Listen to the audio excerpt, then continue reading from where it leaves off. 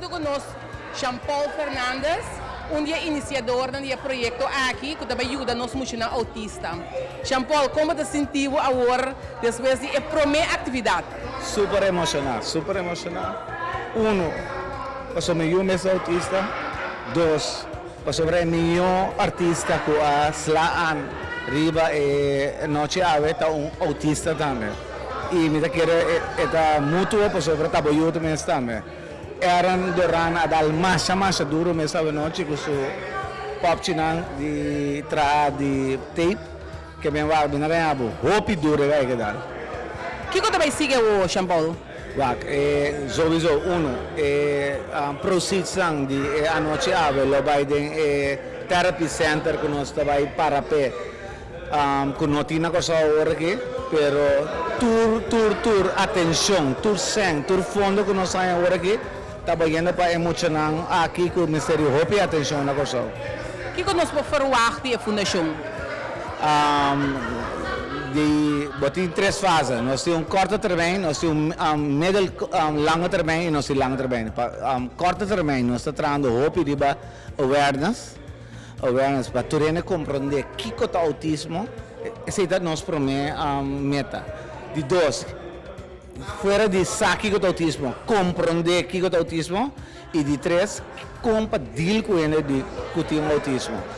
Então, tiki nós também tra para chegar na como te diz criação de fundação para nos ajudar others que tem o autista dois autista na mes e gente não que tá com ele mas imaginava botar docente botar autista dentro classe pero bonasa como vai com autista que aceita meta não ajuda others ajuda autista mesmo e ajuda gente não que tem tamakan com autismo. Então que é conscientização então é necessário você anda atrás de você também. Isso autismo é algo que se você não sabe que está bom não sabe como vai omconé que é mais importante para você saber que é autismo então já não se segue trabalho compreende? Nós podemos falar mais de auction aqui. Mirando com ela vai ave, mira que nós bora espera que nós passe algo anual. Ele está wish de mim. Você tem maneira Ronald McDonald Foundation, tá se maneira tem golf tournament que vai annual. Mas nós por chegar na por assim art auction aqui annual. Esse é o meu sonho. Você vai hope autista, tá artista para mim. Portanto, a minha não está realizada, ou na gente não está realizada, mas para mim cada autista é artista. Então, o que eu gritava aqui está compreender que o hobby artista está bisami que quase seguro me está autista. Que me aceita de outro manda, para onde master. Jean-Paul, hobby danke, me dizia abo e Lensley todos, hobby éxito. Me dá amigo tinha autista, me que me era. Vou entrevistar a mim mesmo. Me tampouco sabe como para aqui não. Pero Jean-Paul, hobby danke para costo mais, quanto tempo você recordar?